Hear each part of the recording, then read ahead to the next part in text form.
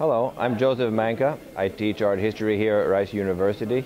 I've been here since 1989, and I've had the great pleasure of being on the Fall Foliage tour this year, traveling with Rice alums and other folks from around the country. We went to Nantucket, Martha's Vineyard, up the Hudson Valley. It was a wonderful trip. Saw some great things, and I met some great people. So that was my recent experience.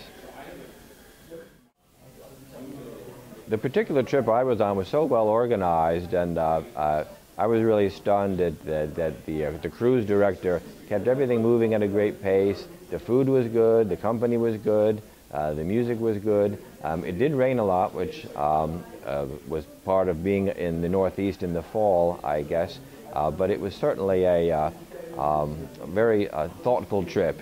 The historic houses to be seen, it really hit all the highlights and so forth. That one would want to see in New England and New York area. I'm actually from Tarrytown, New York, and so the cruise actually intending to go up the Hudson was going to be in my kind of backyard, but I still got to see things I'd never seen before. Well, one of the great things about this trip was meeting the Rice alums. I really got a sense of Rice history from that. People had so many different experiences, and people had different majors and gone on to have successful careers and so forth. And I think it was the second night we were there, I organized a meal where all the Rice alums would meet together and talk, and then from that point on we certainly knew each other well. And I really would recommend anyone doing these trips, meet as many people as you can, do as much as you can on the trips. There's so much to do.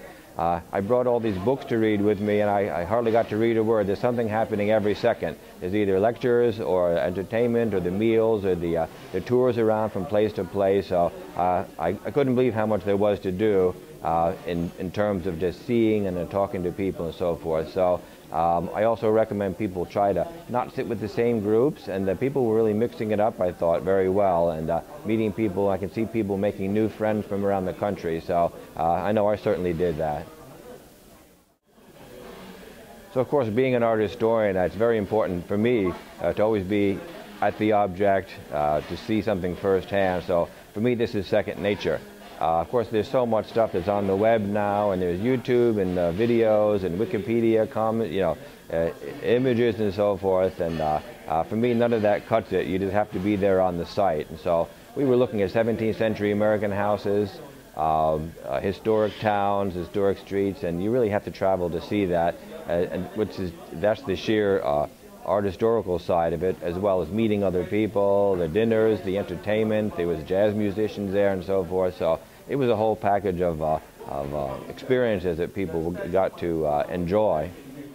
I was just really struck by how many great people have gone to Rice and how many people I got to meet on that trip that I would not have met myself. And I did see people who were meeting new friends, Rice friends, and also people from around the country, people sort of exchanging email addresses and telephone numbers and so forth in terms of, hey, let's keep in touch in the future. So there were people from California, and there were people from the East Coast and all around who were meeting for this trip. So this was something that maybe I didn't expect. Of course, as an art historian, I was looking at the trip in terms of the monuments and things I would be talking about. I gave a couple of lectures on architecture and so forth. But once you're on the boat, it really is about the people on the boat and about the interactions between the people, and people end up touring together and talking together on the trip as well. So this was something I didn't expect, which was a real remarkable thing that really makes the whole experience recommended, certainly.